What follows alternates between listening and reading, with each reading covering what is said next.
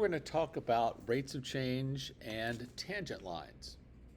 So we'll start with an idea that apparently in the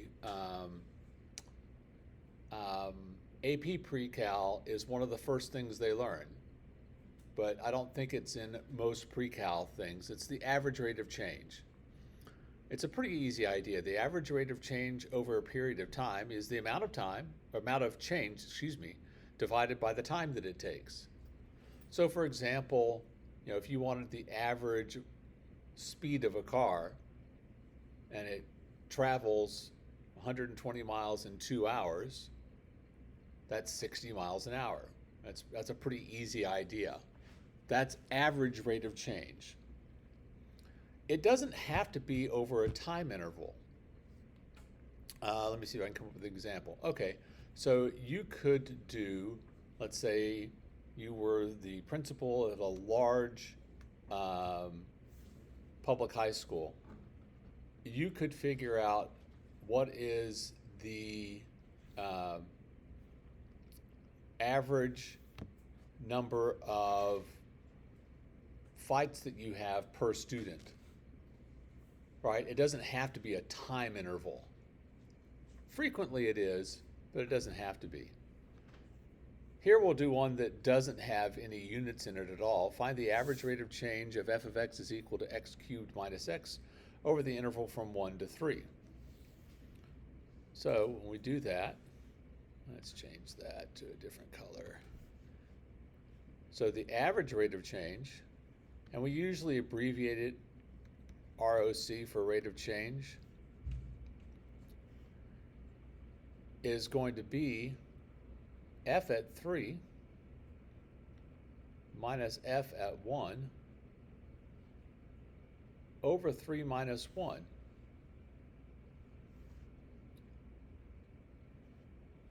So f at 3 is going to be 3 cubed minus 3 minus f at 1 will be 1 cubed minus 1 all over 2. So let's see, that's 27 minus 3 is 24 minus 0 is 24. So it's 24 over 2, which is 12.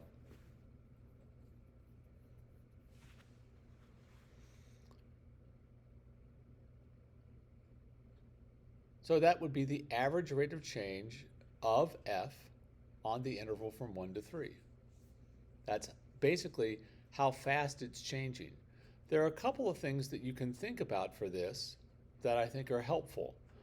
One is that if we let this be, y equals f of x, well, what did we find? We found the change in y over the change in x.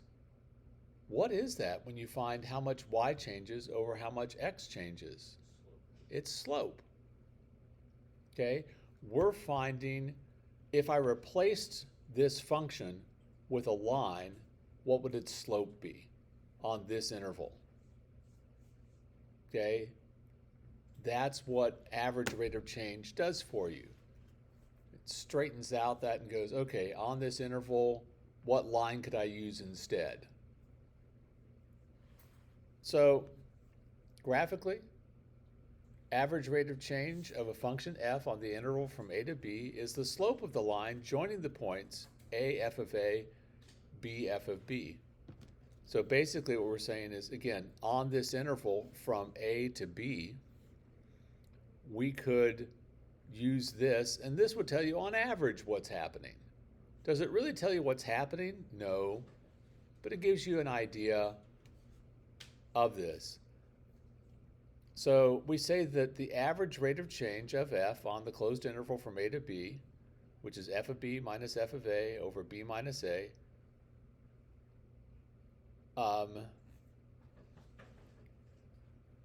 is this, or we'll also say it's the slope of the secant line.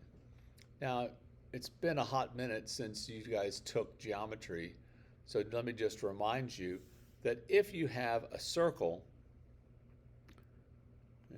does this have a circle? And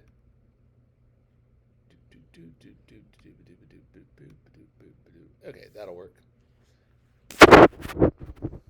If you have a circle like this, a secant line does like this. It goes through the circle in two different places, which, although this isn't a circle, you can see why it's called a secant line. It's for the same reason. And if you come from certain parts of the country, they say secant, which is, it's perfectly fine, but it gives me the willies. It's a little like when people say pecan. I'm like, it's pecan, thank you. Anyway, but that's what this finds. So, in addition to knowing the average rate of change on an interval, we may be interested in knowing what's the instantaneous rate of change at a specific point. So, let's find the instantaneous rate of change of the parabola y equals x squared at the point 2, 4. You're like, well, how am I going to find the instantaneous rate? Because I know how to find the average rate. The average rate would be, from the point 2, 4 to some other point, find the slope. So what I'm going to do is go, okay, I need another point. This other point I'm going to call 2 plus h. I'm going to give that for its x-coordinate. So what I'm doing is I'm just adding a little bit horizontally. That's why we chose h. It wasn't just willy-nilly picked it. It's like it's a little slight horizontal distance. And then the y-coordinate of that will be 2 plus h quantity squared when we substitute it into our formula.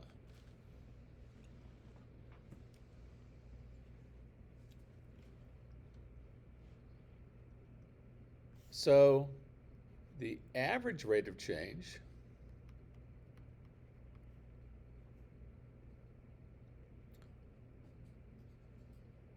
on the interval from 2 to 2 plus h of y equals x squared, world's longest name, and we abbreviated it, is going to be equal to, well, it'll be the change in y, so that's going to be 2 plus h quantity squared minus, we already know 2 squared is 4, that's the y-coordinate here, all over 2 plus h, the x-coordinate, minus my original x-coordinate.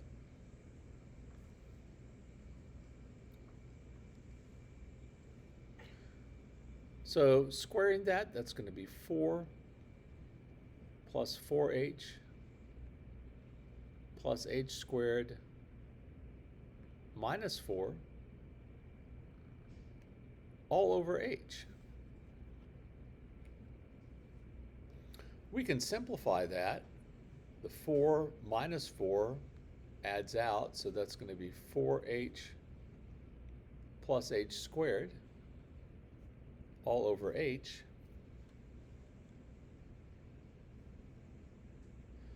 And then since we have just a single term in the denominator, we can divide that into the numerator. That's going to be 4 plus h. So the average rate of change on that interval depends on what h is. Well, if I want to know the instantaneous rate of change,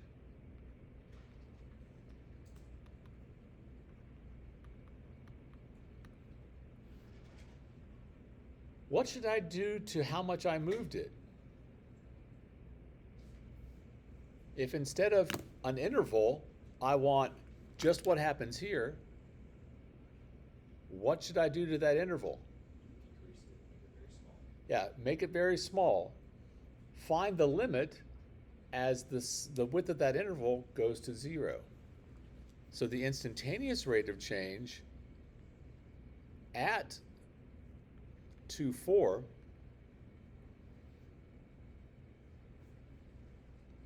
is going to be equal to the limit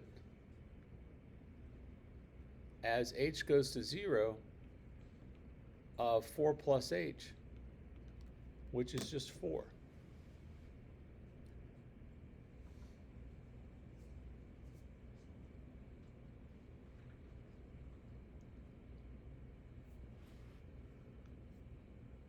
This gives you an instantaneous rate of change.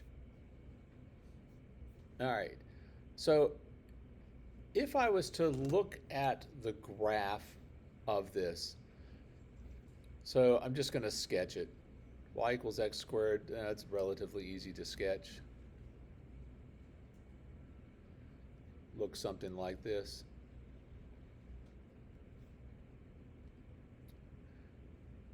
And let's say that the point 24 is here.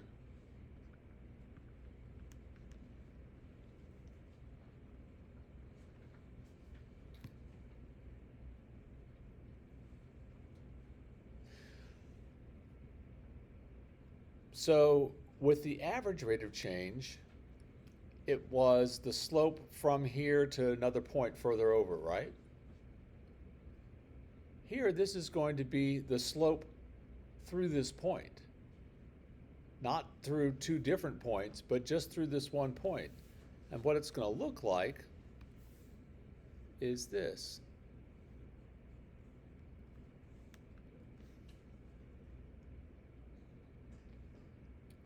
The slope of this line would be equal to 4.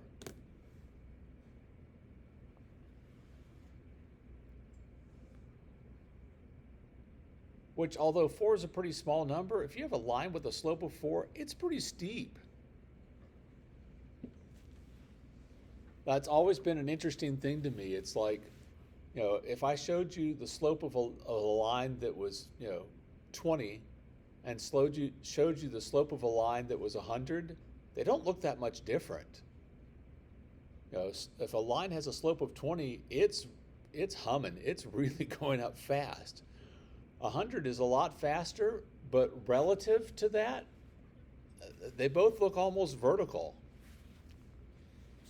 Okay, so the instantaneous rate of change of a function at a point is the slope of the line tangent to the function at that point, also known as the slope of the curve at that point. Which again, go back to geometry for just a second. And again, if you've forgotten what a tangent line was, the tangent line, instead of going through the circle in 2 points, just barely skimmed that in 1 point.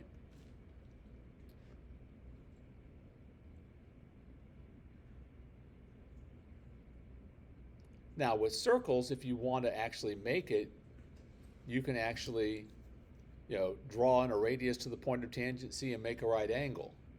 We can't quite do that here because, well, it's not a circle, but it's the same idea. It just skims that graph at that point. One of the interesting things is if you were to actually graph this line and this parabola, and then you were to zoom in right around here, right around the point 24. The graph of the parabola and the graph of the line are almost identical.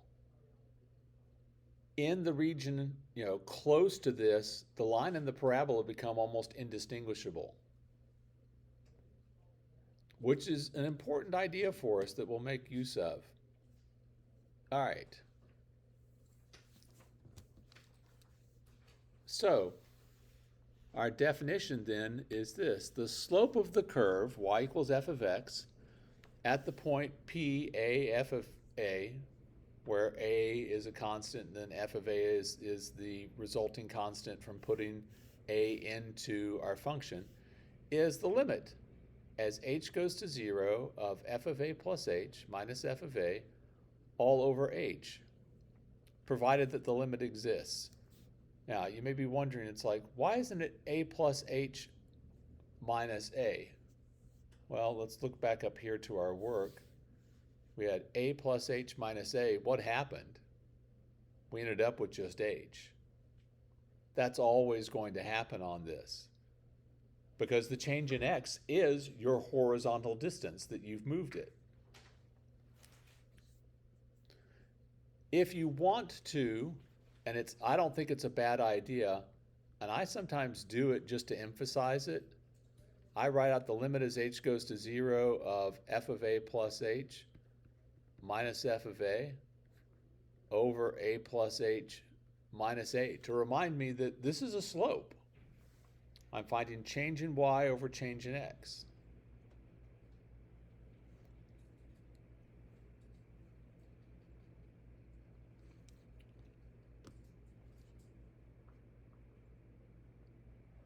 Not a requirement at all, okay? But I sometimes like doing that, especially at the beginning, to remind you, this is a slope. It's just the slope as my horizontal distance between the point that I'm really interested in and some other point that I'm not really interested in moves to 0. So let's take a look at this example. Let f of x be equal to 1 over x. Find the slope of the curve at x equals a. All right. So the slope of the curve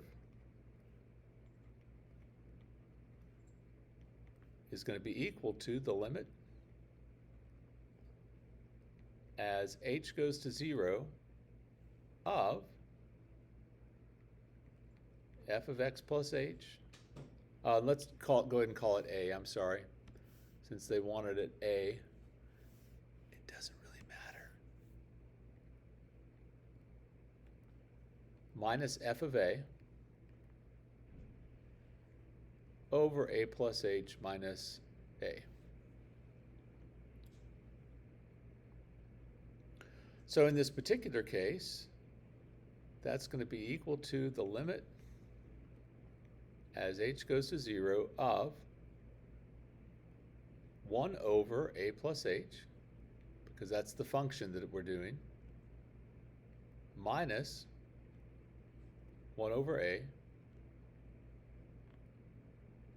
all over h. And you're going to find on these problems something we found that happened a lot on our last unit when we were doing limits.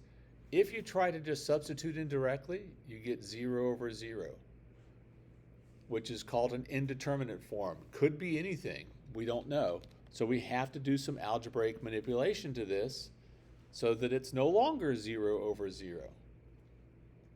So any suggestions as to what I might do to manipulate this so that I don't have 0 over 0? Yeah. Multiply both sides by a. Both sides. Or top and bottom. Okay, that will take care of this part, but we also need to take care of this part. So you're right, we're going to do that, but we're also going to Multiply by h? no, Okay. multiply by a plus h. Okay. We're going to multiply by both, and that'll get rid of both of those, but you're on the right track. So we're going to multiply by a and by a plus h in both the numerator and in the denominator.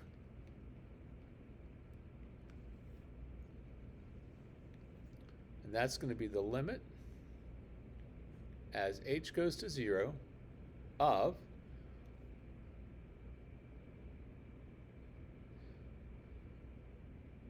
when I multiply 1 over a plus h times a and a plus h, the a plus h's are going to cancel. And I'll just be left with a. Minus, when I multiply both of a and a plus h times 1 over a, what's going to cancel this time? The a's. The a's. Now, this is where students get into trouble. You got to keep that minus. It's minus all of that. frequently students will write minus a plus h without the parentheses, and then they get into trouble. All over h times a plus h. I'm never going to multiply that out. Why am I not multiplying that out? Because I'm really desperately hoping that something cancels. So how can I simplify the numerator?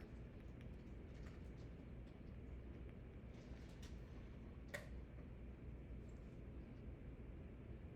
you cancel out the 8 plus h? No, you may not. That's called freshman canceling. Freshman cancel. Okay. Yeah. When something's being added or subtracted, you cannot cancel it with things that are being multiplied.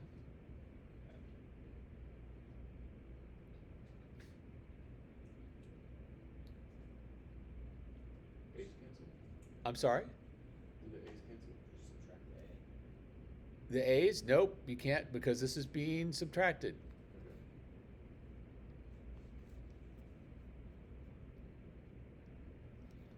How about just distribute the negative sign and group the like terms? That'd be a minus h all over h times a plus h. Now your 8 is on the top again. Yeah, and I've gotten to where I used to say things canceled a lot. I've gotten to where I'm more specific about it because canceling means a couple of different things. Here I say the A's add out or add to 0. It's a little awkward, but canceling usually I try to reserve it for when you're dividing, 5 by 5, you get 1. So this is going to be negative h over h times a plus h.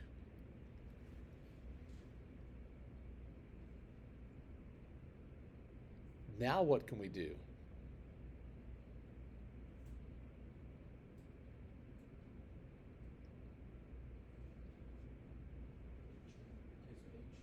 Cancel the h's, yeah. H divided by h is what? 1.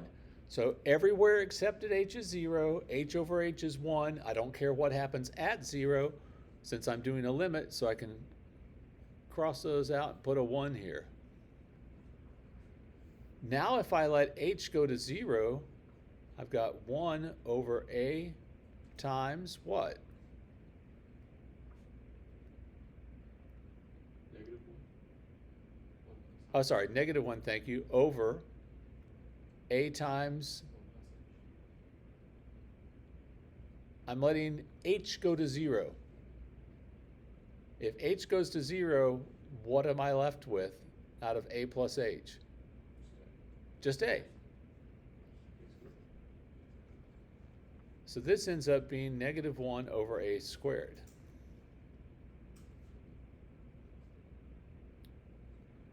So that's the slope at any point A. So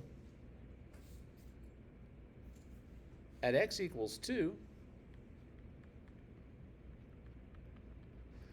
they want us to write the equation of the tangent line. If you want to write the equation of a line, you always need two things. And it's always the same two things, although you have been misled by Algebra 1 books all the time. Students frequently tell me, I need the slope and I need the y-intercept. The y-intercept is a special case of what you actually need. You need a point and a slope, always. The point can be the y-intercept, but you always need a point and a slope. So, at x equals 2, I need to figure out what the y value is. Well, y is going to be 1 over 2, since the equation is f of x is equal to 1 over x. And the slope is going to be, well, here's my slope equation. It's negative 1 over a squared, so it's going to be negative 1 over 2 squared is negative 1/4.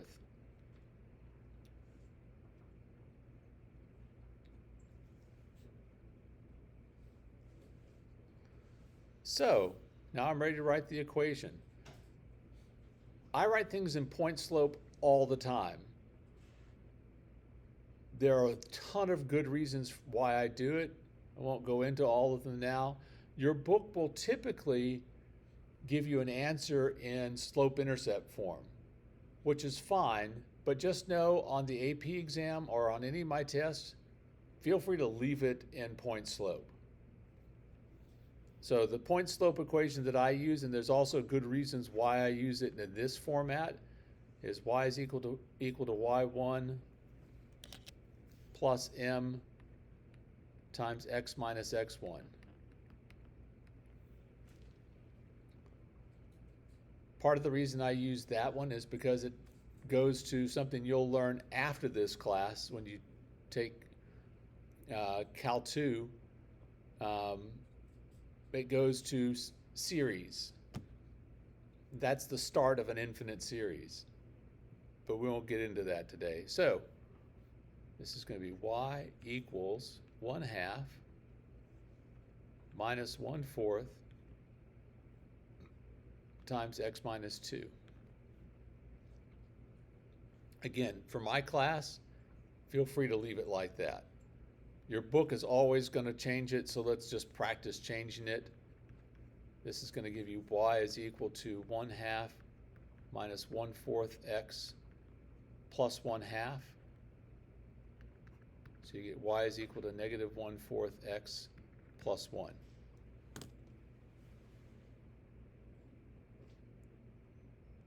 And we won't take the time to do it, but if you were to graph 1 over x and graph this line, they would intersect at the point 2 1/2, and it would just barely skim the graph. It would be tangent to the graph. All right, any questions about that?